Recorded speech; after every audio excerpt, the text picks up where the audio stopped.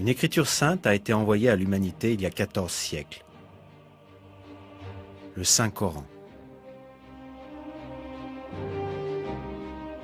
Depuis le jour de sa révélation jusqu'au jour du jugement, il restera le seul et dernier guide pour l'humanité. Il y a d'innombrables preuves indiquant que le Coran est la parole de Dieu. Comme par exemple, ses qualités littéraires qu'aucun être humain ne peut imiter, le fait qu'il soit exempt de toute incohérence, et la manière avec laquelle il prédit le futur, et le fait qu'il contienne certaines informations cachées. Le Coran contient un autre miracle qui prouve qu'il est la révélation de Dieu. C'est le nombre remarquable de vérités scientifiques qu'il contient. Dans ce livre qui a été révélé il y a 14 siècles, d'innombrables exemples d'informations n'ont été découverts que par la technologie moderne.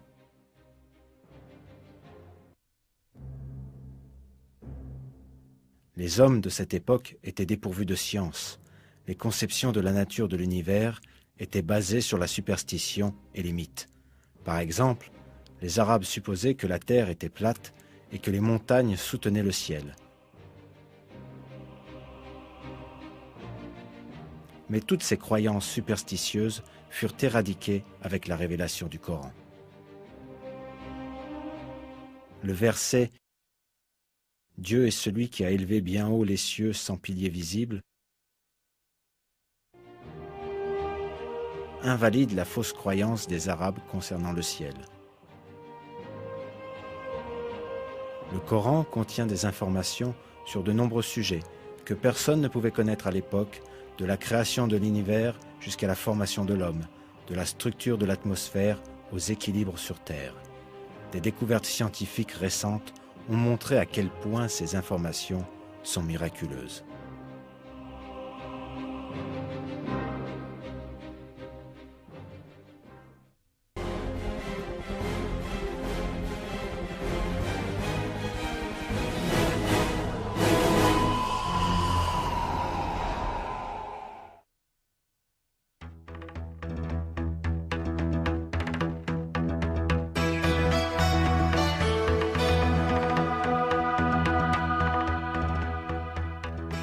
Depuis des centaines d'années, les hommes ont imaginé que le monde était plat.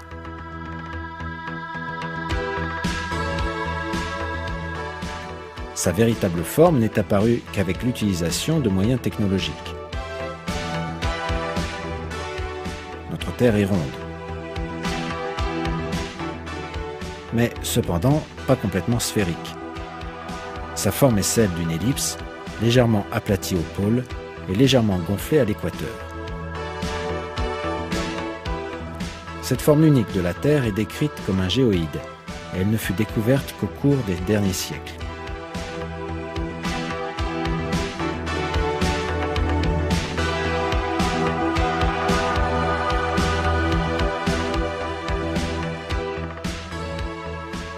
Mais cette forme particulière est clairement indiquée dans le Coran, révélé il y a 1400 ans. Le verset en question est le suivant.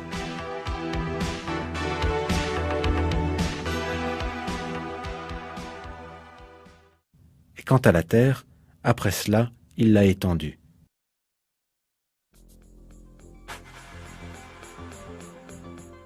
Dans le verset ci-dessus, le mot daha est utilisé dans l'arabe original.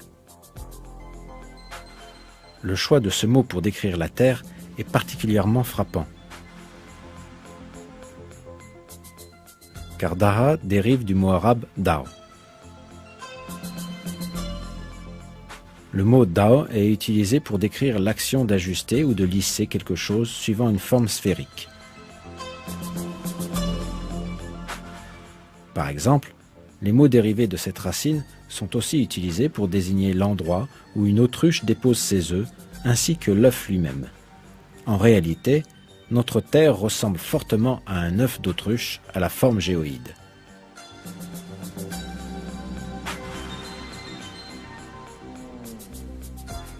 On reconnaît donc que l'usage du mot daha contient des informations importantes sur la forme que Dieu a donnée à la terre.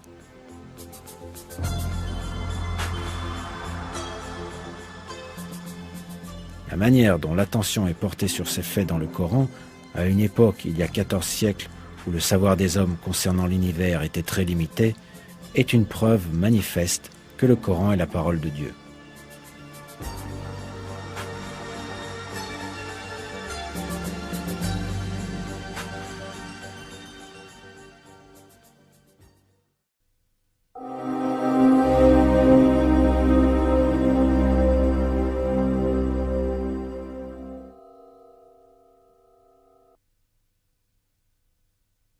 Il a créé les cieux et la terre en toute vérité. Il enroule la nuit sur le jour et enroule le jour sur la nuit.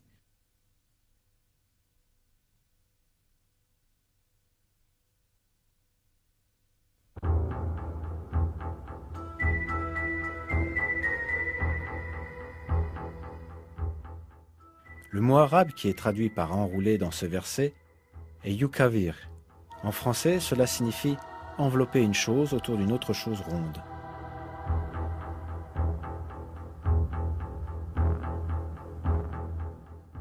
L'information donnée dans le verset concernant le jour et la nuit qui s'enroulent l'un sur l'autre inclut des données précises sur la forme du monde. Cela ne peut être vrai que si la Terre est ronde.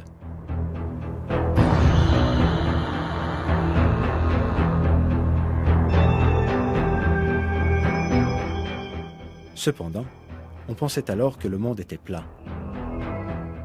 Personne ne savait que la Terre était ronde.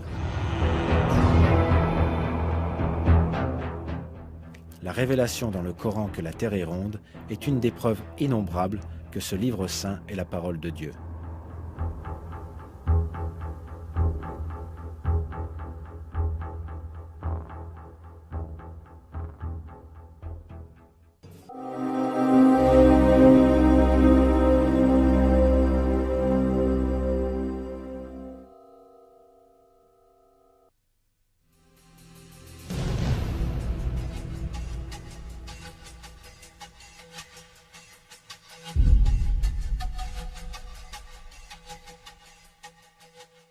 La Terre est composée de 7 couches.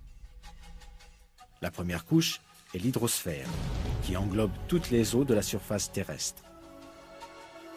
La seconde couche, la lithosphère, est une strate dure formant la couche supérieure de la Terre. Son épaisseur moyenne est de 80 km. Elle est plus froide et dure que les autres strates et forme ainsi l'enveloppe de la Terre. La troisième couche est l'asténosphère. Elle est composée de substances chaudes, semi-solides et fondues. Les quatrième et cinquième couches, respectivement le manteau supérieur et le manteau inférieur, forment une région à haute température épaisse d'environ 2900 km, composée de roches semi-solides. Le noyau de la Terre se compose de 2 parties. L'une est le noyau externe liquide, épais de 2200 km. L'autre est le noyau interne solide, épais de 1250 km, les 6e et 7e couches. Le fait que la Terre se compose de telles strates n'est connu que suite à de longues recherches utilisant la technologie du XXe siècle. Pourtant, Dieu nous a communiqué cette information dans le Coran, qu'il a rempli de miracles scientifiques il y a 14 siècles.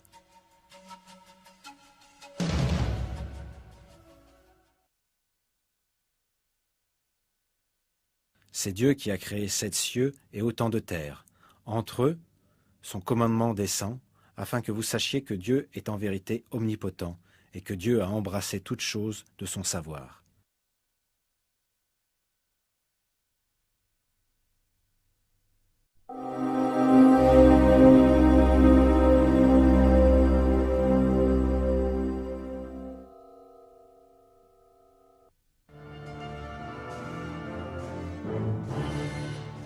La couche externe de l'atmosphère de la Terre est composée d'un grand nombre de gaz et particulièrement d'oxygène. Cependant, les explosions d'énergie à la surface du Soleil provoquent les dispersions de certains de ces gaz dans l'espace. Les chercheurs ont obtenu la première preuve concrète de cela grâce aux navettes spatiales de la NASA. On observa pour la première fois le fait que la Terre subit une perte de matière depuis ses couches externes les 24 et 25 septembre 1998. En d'autres mots, 14 siècles après que cette information fut communiquée dans le Coran.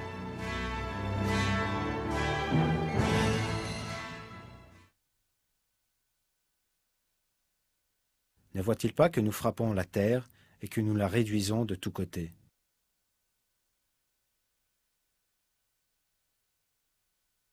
Ne voit-il pas que nous venons à la terre, que nous réduisons de tous côtés?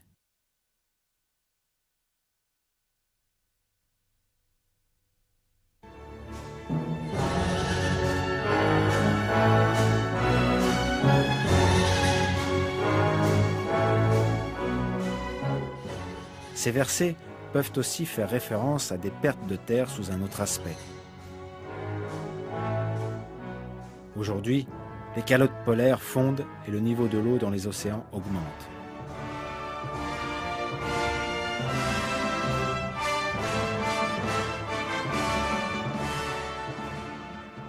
L'expression « nous la réduisons de tous côtés » dans les versets peut désigner les zones côtières qui sont recouvertes par l'eau. Bien sûr, Dieu sait mieux.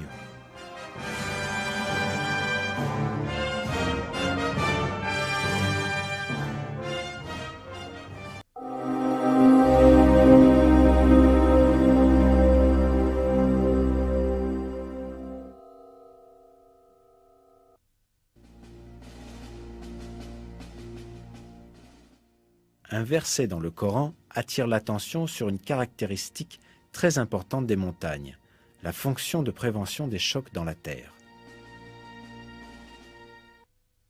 Et nous avons placé des montagnes fermes dans la terre afin qu'elles ne s'ébranlent pas en les entraînant.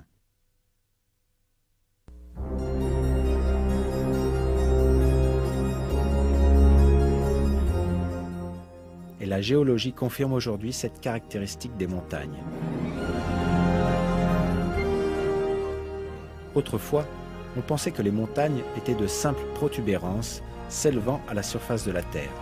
Cependant, au XXe siècle, les scientifiques ont réalisé que ce n'est pas le cas.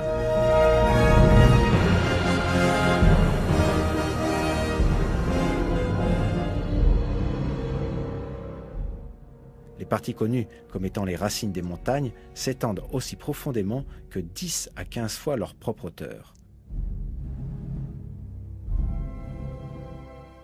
Par exemple, le mont Everest, dont le sommet culmine à environ 9 km au-dessus de la surface de la Terre, possède une racine profonde de plus de 125 km.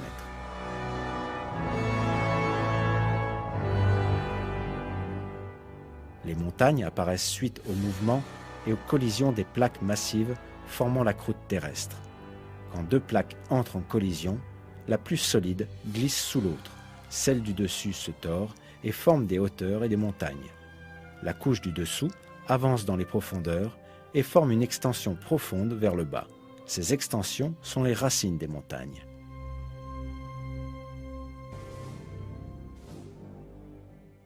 Grâce à leurs racines, les montagnes fixent la croûte terrestre. Par conséquent, elles empêchent tout glissement sur la couche de magma ou parmi les couches elles-mêmes, et elles empêchent également de grandes secousses terrestres.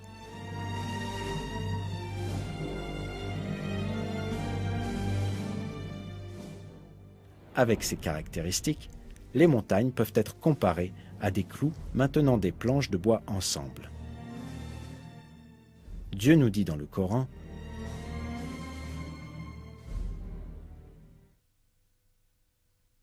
« N'avons-nous pas fait de la terre une couche et placé les montagnes comme des piquets ? »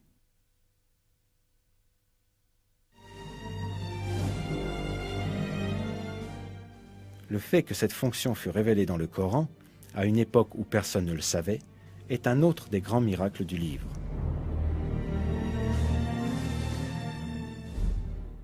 S'il n'y avait pas l'effet fixant des montagnes, le sol ne tiendrait pas à la surface de la terre, l'eau ne s'accumulerait pas dans le sol, aucune plante ne pousserait.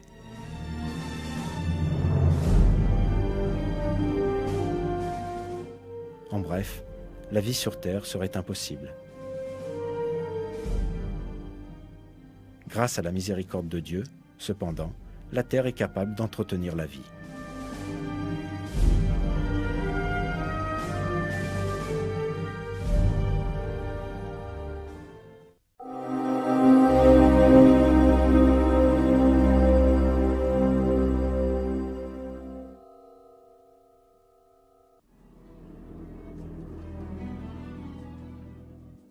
C'est au début du XXe siècle qu'un scientifique allemand, Alfred Wegener, proposa la thèse que les continents de la Terre étaient attachés les uns aux autres quand elle se forma, puis qu'ils dérivèrent dans différentes directions, les séparant ainsi au fur et à mesure de leur déplacement.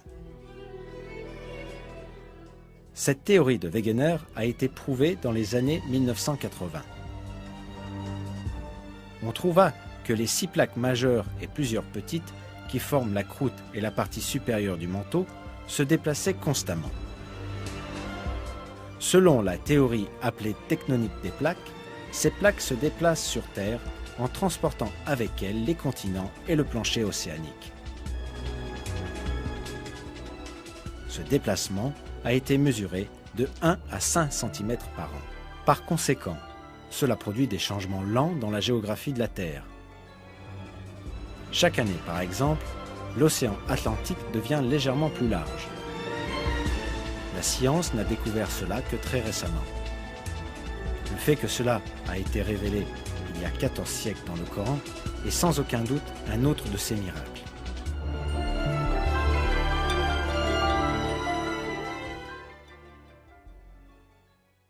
Et tu verras les montagnes, tu les crois figées, alors qu'elles passent comme des nuages.